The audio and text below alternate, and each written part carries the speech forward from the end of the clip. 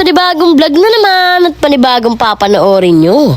For today's ganap nga. Ito na nga yung mga kaganapan nung nag-swimming kami sa Batangas. Talaga namang maraming nangyari dito kaya panoodin nyo hanggang dulo. Tanghali na nga kami nakagayak nito, baka nga mga 10:30 na ng mga oras na to at nagwe-makeup pa si Athena. February 14 nga yung ganap na to kaya nga wala tayong kadate. Ito na nga lang talaga ang pagsiswimming sa Batangas. Overnight nga kami doon kaya nga medyo madami-dami din yung dala namin. Para nga talaga madami kaming makain doon. Para nga kahit nasa biyahe pa lang in case na magutom ay makakain talaga natin. Bago nga kami umalis ay kami ay nakakain na pero ako ay parang nagugutom na hindi pa kami nakakaalis. Nung isang taon nga nung nag-swimming kami ay talaga naman sa Batangas din yun sa Matabungkay Beach Resort. Pero ngayon 2026 nga ay hindi na kami sa Matabungkay ngayon pero sa Batangas nga din yun. Ito nga talaga yung naging dahilan kung bakit ilang araw din ako walang post dahil nga talaga sa sobrang enjoy ko doon. Bago nga kami umalis ay pumunta muna kami sa site para nga daanan yung isa naming kasama, dalawa sila. Di pa nga kami nakakaalis pero ngayon nga ay banas na kami at gusto na naming mag-swimming. Kasi nga nung time na yan ay grabe talaga yung init, hindi namin mapigilan, mapawisan talaga yung mga liko. Makalipas nga din ng ilang oras ay umalis na nga din kami dito sa site para nga talaga dire-diretso na yung biyahe at makapunta na sa Batangas. Mahigit 3 hours nga din yung biyahe namin papuntang Batangas pero konting tiis nga lang at nandun na tayo. 3 hours nga talaga yung biyahe kaya nga sobrang boring nung biyaheng to dahil nga napakatagal namin talaga ditong nakaupo. Sa sobrang tagal ko na nga nakaupo dito sa pwesto ko ay talaga naman nagiinit na yung puwet ko, sumama pa si Hirong natulog sa aking balaka. Sa susunod nga na clip ay malapit na kami sa Batangas kaya nga medyo mahangin na dito at malamig na nga din yung simoy nung hangin. Ganto na nga talaga yung pwesto namin dahil nga nakatulog na talaga ako sa biyahe kaya hindi na din ako masyado nakapag-video. Natulog nga talaga ako ng 11:30 pero nagising ako ng 2:34. Grabe na yung tulog mo, napakahaba. At dito pa nga sa nadaanan namin ay napakaganda ng view. Kitang-kita naman talaga yung bundok dyan at mga dagat. At habang nagbabiyahe-biyahe na nga din kami dito sa highway ay naghahanap na nga din kami na makakainan talaga ng mga lomi, ng mga ganyan-ganyan. Sa mga oras na kasi yan ay talaga namang sabay-sabay na kasing kumukulo yung mga tiyan namin kaya nga it's time na para maghanap ng makakainan. Nang makakita talaga kami ng makakainan ay talaga namang tumigil na kami dahil nga si mama ay gutom na nga daw talaga. Pumili na nga kami ng pwede namin kainin talaga na gustong talaga namin. Ang in-order ko na nga lang talaga isisig kila mama nga ay lomi. Sakto nga yung kinakainan namin talaga ay napakaganda din ng view at pwede na nga din talaga mag-picture-picture dito pang my day mo.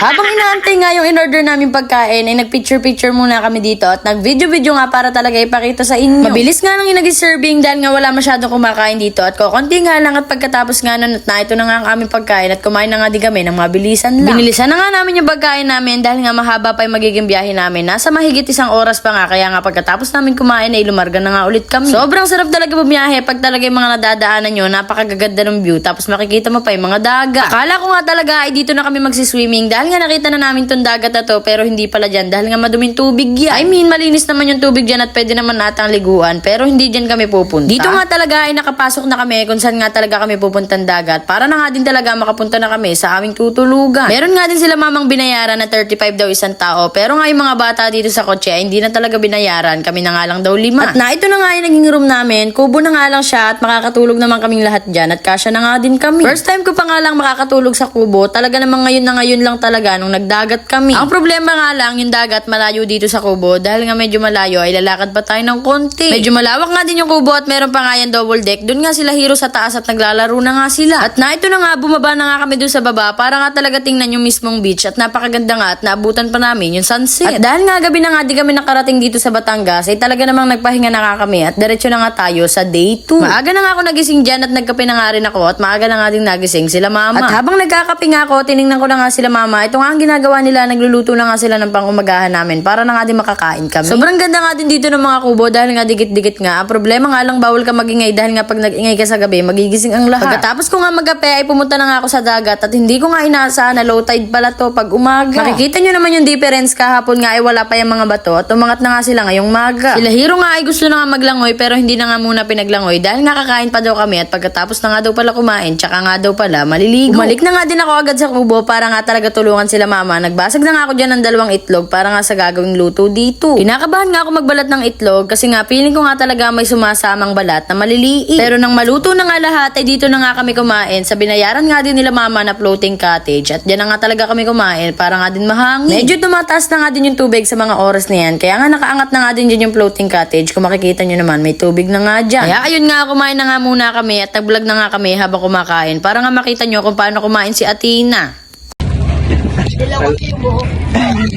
May kulit yung buko ah. Ay ah. Hindi na magnegosyo dito eh. Ang gala ka muna, James. Ang babak sa diri. Kakanta. Oo.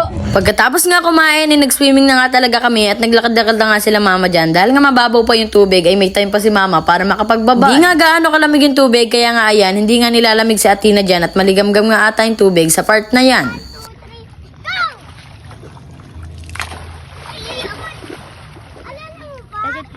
Pagkatapos nga nun, wala nang ibang nangyari, kaya nga hanggang dito lang ang araw ko. At sana napanood nyo hanggang dulo at i-follow nyo na nga din ako. Share mo na nga din tong video para makita ng iba at mapanood nga talaga ang lahat ng vlog ko. At yun na nga lang, see you next vlog. Salamat!